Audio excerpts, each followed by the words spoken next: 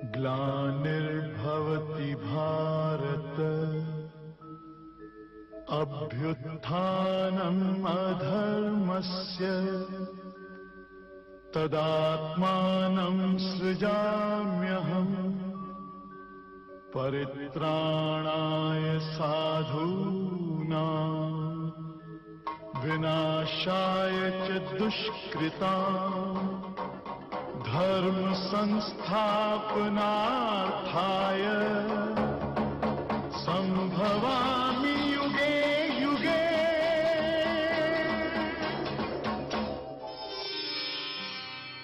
जीवनसार गीता के आज के कार्यक्रम में दर्शकों आप सभी का स्वागत है। दर्शकों, पिछले एपिसोड में हम चर्चा कर रहे थे कि आज हम कोई भी कर्म करते हैं तो पहले सोचते हैं कि इससे हमें फ़ायदा क्या होगा। ये आज जो व्यक्ति का व्यक्तिमत्व हो चुका है कि लॉजिकल हो चुके हैं, इससे मुझे कुछ प्रॉफिट होगा तो ही मैं ये कर्म करूं। परंतु आज हम इस स्थिति में है कि भगवत गीता के जो अभ्यास की हम चर्चा कर रहे हैं उसमें भगवान ने अर्जुन से, अर्थात हम सभी अर्जन करने वाले व्यक्तियों से कहा है कि आप कर्म तो करते रहो परंतु कर्म की इच्छा मत करो। और ऐसे ही कुछ प्रश्नों के साथ आज हमारे साथ में उन्हें सुलझाने के लिए फिर से उपस्थित है ब्रह्मा कुमारी शिवमणि बहन। तो बहन जी, आपका स्वागत है। नमस्ते। शांति। ओम शांति। जब हम गीता को देखते हैं तो सभी व्यक्ति आज समझते हैं गीता एक बहुत ही हायर पोजीशन पे है और हम सभी नॉर्मल व्यक्ति हैं। अर्जुन को, जैसे आपने कहा कि हम सभी अर्जन करने वाले हैं, परंतु वो सोचते हैं कि उतनी क्षमता या शक्ति हमारे में नहीं है जितनी भगवान सभी से एक्सपेक्ट कर रहे हैं। साथ ही आज हम देखते हैं कि जो हमारे सामने परिस्थितियां आती है उन परिस्थितियों में व्यक्ति थोड़ा बहुत कहीं ना कहीं डगमग हो ही जाता है, हिल जाता है। और जो भगवान हमें कह रहे हैं कि आपको हर परिस्थिति में अपनी अवस्था समान रखनी है, चाहे वो बुरी हो या अच्छी हो। अगर ऐसी स्थिति को मुझे प्राप्त करना है या हमारे दर्शक भी प्राप्त करना चाहते हैं तो ये संभव कैसे हो सकती है? तो गीता में भगवान हमें बहुत सुंदर रूप से कहते हैं कि कर्म भी करना चाहिए लेकिन उसकी फल की अपेक्षा नहीं होना चाहिए। आज अगर हम दुख का अनुभव कर रहे हैं तो उसका कारण है हम कर्म से ज्यादा फल की अपेक्षा रखते हैं। इसीलिए गीता में भगवान हमें ये भी समझाते हैं कि हमारी स्थिति कैसी होनी चाहिए। अगर कर्म का फल मिले या ना मिले उस समय हमारी स्थिति कैसी होनी चाहिए, उसके बारे में गीता के दूसरे अध्याय के 48वें श्लोक में परमात्मा कहते हैं, योगस्थः कुरु कर्माणि संगम त्यक्त्वा धनंजया सिद्ध्या सिद्ध्योः समो भूत्वा समत्वम योगम उच्यते। अर्थात तू आसक्ति को त्याग कर तथा सिद्धि और असिद्धि में समान बुद्धि वाला होकर योग में स्थित हुआ कर्तव्य कर्म को कर। समत्व ही योग कहलाता है। तो ये समत्व, इसका अर्थ क्या होता है और योग ये भी क्या होता है, हम सभी जानना चाहेंगे। यहाँ पर भगवान हमें बहुत सुंदर रूप से कहते हैं कि आसक्ति को त्याग कर। अर्थात व्यक्ति आज कर्म कर रहा है लेकिन कर्म में आसक्त होकर कर्म कर रहा है। अर्थात उसमें टू मच इन्वॉल्व हो गया है, उसके बिना हम रहेंगे ही नहीं। पर अगर देखिए, अगर व्यक्ति इन्वॉल्व ना हो, मान लीजिए हम यहाँ पे रिकॉर्डिंग भी कर रहे हैं तो इन्वॉल्व होके अपने मन और बुद्धि को यहाँ पे इन्वॉल्व करके ही काम करना पड़ेगा। या कोई भी छोटा मोटा काम भी कर रहे हैं, घर में कोई भोजन बना रहा है, ऑफिस में काम कर रहा है, उसे अपने पूरे मन और बुद्धि को एकाग्र करके इन्वॉल्व होके ही काम करना पड़ेगा। अगर इन्वॉल्व ना होंगे तो कर्म में इन्वॉल्व होके कर्म करने का भी दो अर्थ होता है। मन लगाकर कर्म तो करना चाहिए लेकिन मन लगाकर कर्म करने के साथ साथ हम सोचते हैं कि मैं इतना मेहनत कर रहा हूं तो उसका फल इतना मुझे मिलना ही चाहिए। आसक्ति, उसमें आसक्ति जो है वो आसक्ति को भी हमें त्याग देना है, क्योंकि यहाँ कर्म में जो प्राप्ति होती है उसमें एक सिद्धि होती है, एक असिद्धि। अर्थात कभी कभी अच्छा फल मिलता है तो कभी बुरा फल मिलता है। जब अच्छा फल मिलता है तो हम खुश हो जाते हैं, जब बुरा फल मिलता है तो जो व्यक्ति पूरा आसक्त होकर कर्म करता है उस बुरे फल को वो स्वीकार करने के लिए तैयार ही नहीं होता। इसीलिए हमें भगवान कहते हैं योग में स्थित होकर कर्म कर। अर्थात जब हम योग में स्थित हो जाएंगे, भगवान को याद करते हुए कर्म करेंगे, तो उस फल की प्राप्ति की इच्छा हमारे मन में कम हो जाएगा। और अगर फल अच्छा मिले या ना मिले, अगर हमारे अंदर कर्म करने की क्षमता है, आसक्ति को त्याग कर हम कर्म कर रहे हैं, तो दोनों स्थिति में समान अवस्था, यहाँ भगवान कह रहे हैं समत्व को योग कहते हैं। समत्व अर्थात बैलेंस। हमारे लाइफ में बैलेंस होना चाहिए। ये जो बैलेंस है, हर स्थिति में एक रस स्थिति। आप कह रहे हैं कि बैलेंस होना चाहिए, हर परिस्थिति में हमारी समान अवस्था होनी चाहिए। मान लीजिए आज कोई व्यक्ति एडमिनिस्ट्रेशन डिपार्टमेंट संभाल रहा है या उसे हर एक कार्य दूसरों से करवा के लेना है, अगर वहाँ पे कार्य नहीं हो पाता है ठीक रूप से, सुचारू रूप से, तो उसे भी तो अपने जो हेड है, ऊपर के लोग हैं, उन्हें जवाब देना है। तो वहाँ पे उसे अपनी स्थिति को ऊपर नीचे करके कार्य करवाना ही पड़ता है। कार्य कराना अलग है, स्थिति को ऊपर नीचे कराना अलग है। यहाँ पर जो हम अपने स्थिति को खो रहे हैं, स्थिति को खोने से कोई काम नहीं होता। अगर कोई काम नहीं कर रहा है, हमारे नीचे के व्यक्ति, जो हमारे साथ काम करने वाले सहयोगी अगर काम नहीं कर रहे हैं, इसका मतलब हम उनके ऊपर गुस्सा करेंगे या हम स्वयं टेंशन में आ जाएंगे, तो क्या वो काम हो जाएगा? और बिल्कुल आज तो व्यक्ति यही सोचता है, यही विचारधारा सभी की है कि जीवन जो है वो टेंशन वाला ही है। और कई बार तो कहा जाता है कि चिंता जीवन का भी एक अंग बन चुका है। यहाँ पर हम क्या कर रहे हैं? चिंता कर रहे हैं, टेंशन ले रहे हैं, लेकिन जितना काम होना चाहिए उतना काम नहीं हो रहा है। काम कराना हमारा धर्म है, लेकिन कर्म कैसे कराए? कर्म कराते समय अगर हम प्यार से कराएंगे तो करने वाला सामने जो व्यक्ति है, वो व्यक्ति हमारा काम 100% करके देगा।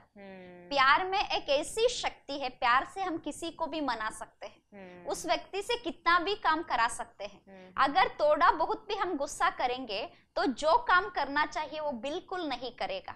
बिल्कुल। इसीलिए यहाँ पर भगवान कहते हैं समत्व को योग कहते हैं। समत्व अर्थात दोनों समय पर हमारे अंदर बैलेंस होना चाहिए। कर्म और योग, इन दोनों में बैलेंस।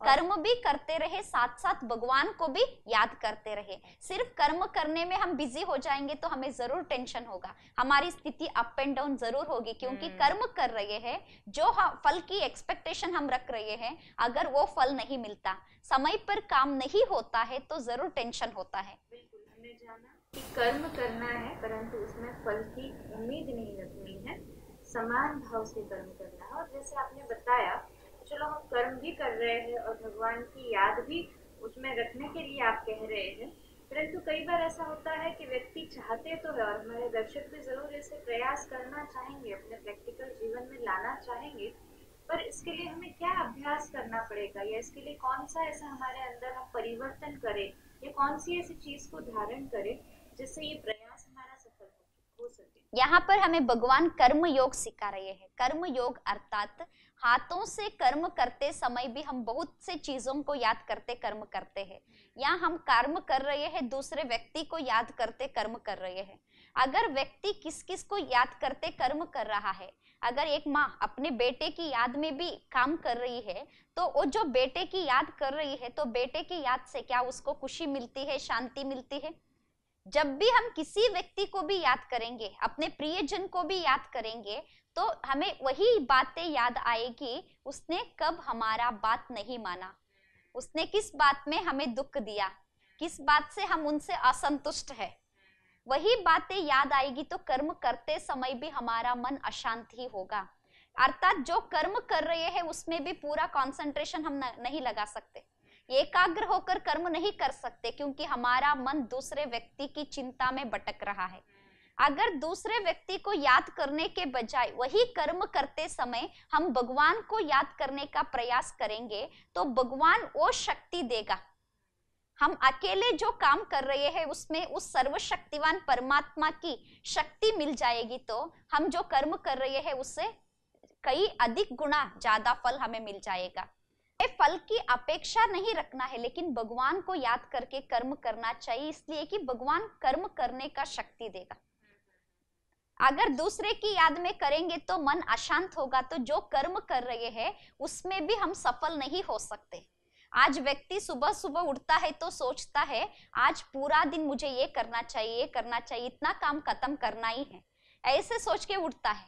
जब वो काम पर निकलता है तो थोड़ा बहुत भी नीचे ऊपर हुआ वहां की सिचुएशन तो पूरा दिन ही बिगड़ जाता है। जितना प्लान सुबह का था शाम तक उसमें आधा काम भी वो कर नहीं सकता, क्योंकि उनका मन जो था कर्म करने की इच्छा तो थी लेकिन उस सिचुएशन का इफेक्ट उसके ऊपर हो गया, इसलिए कि वो व्यक्ति को याद कर रहा है, सिचुएशन को याद कर रहा है।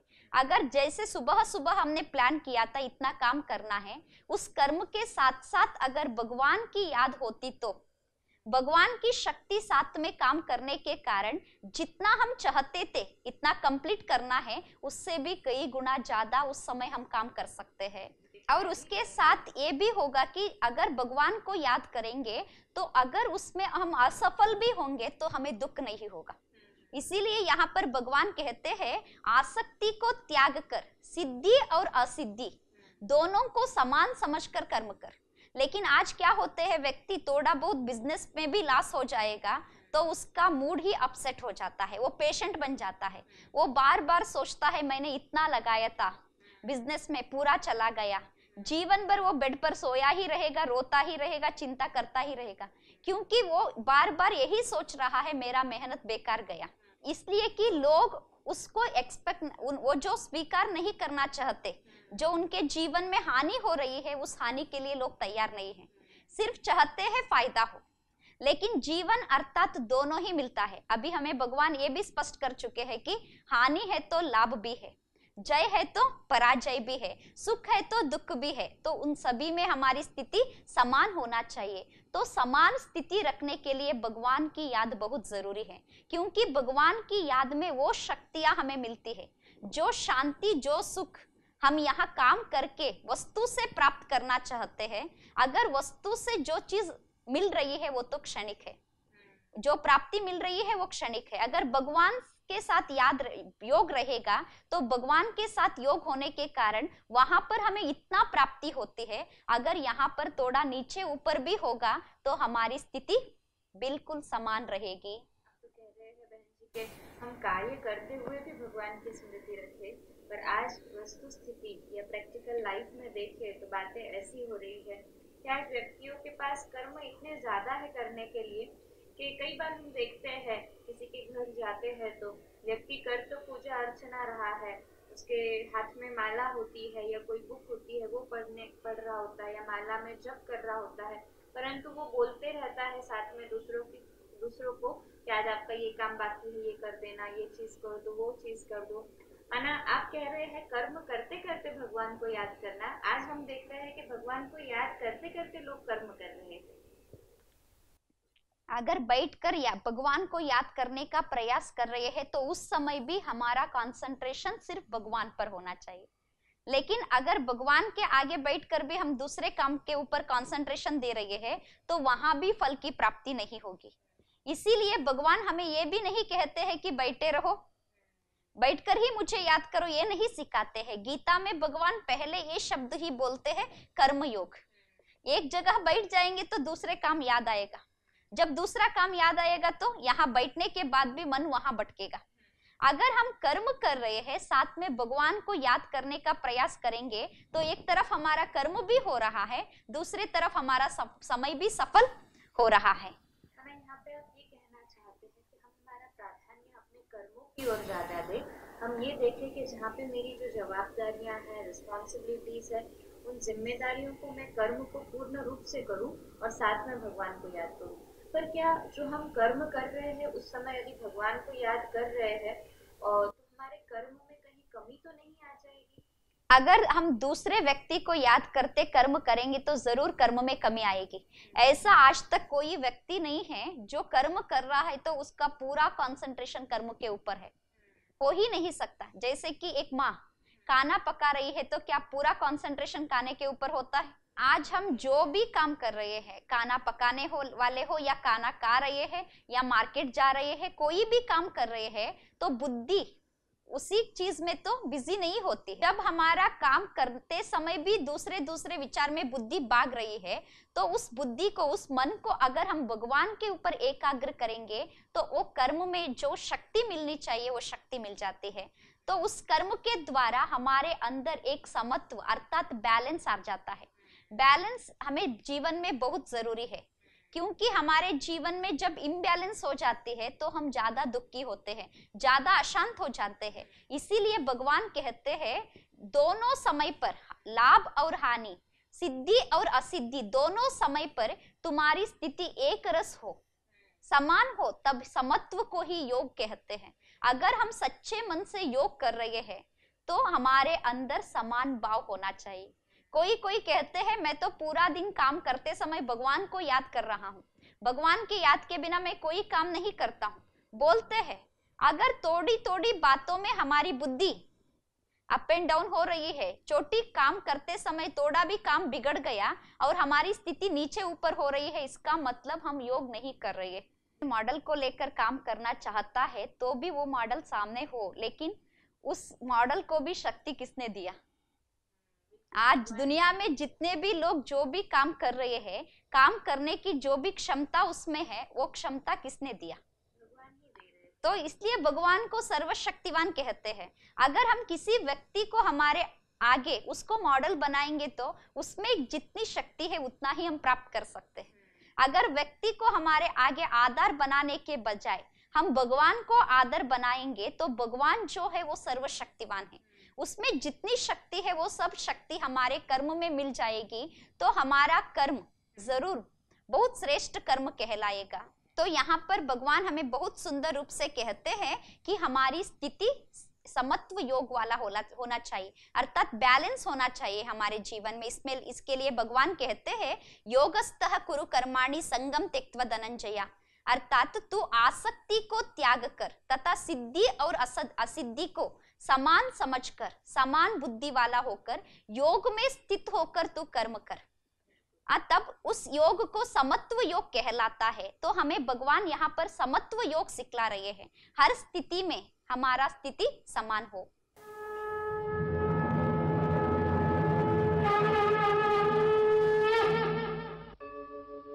यदा यदा हि धर्मस्य ग्लानिर्भवति भारत अभ्युत्थानम् अधर्मस्य तदात्मानं सृजाम्यहम् परित्राणाय साधूनां विनाशाय च दुष्कृतां धर्म संस्थापनार्थाय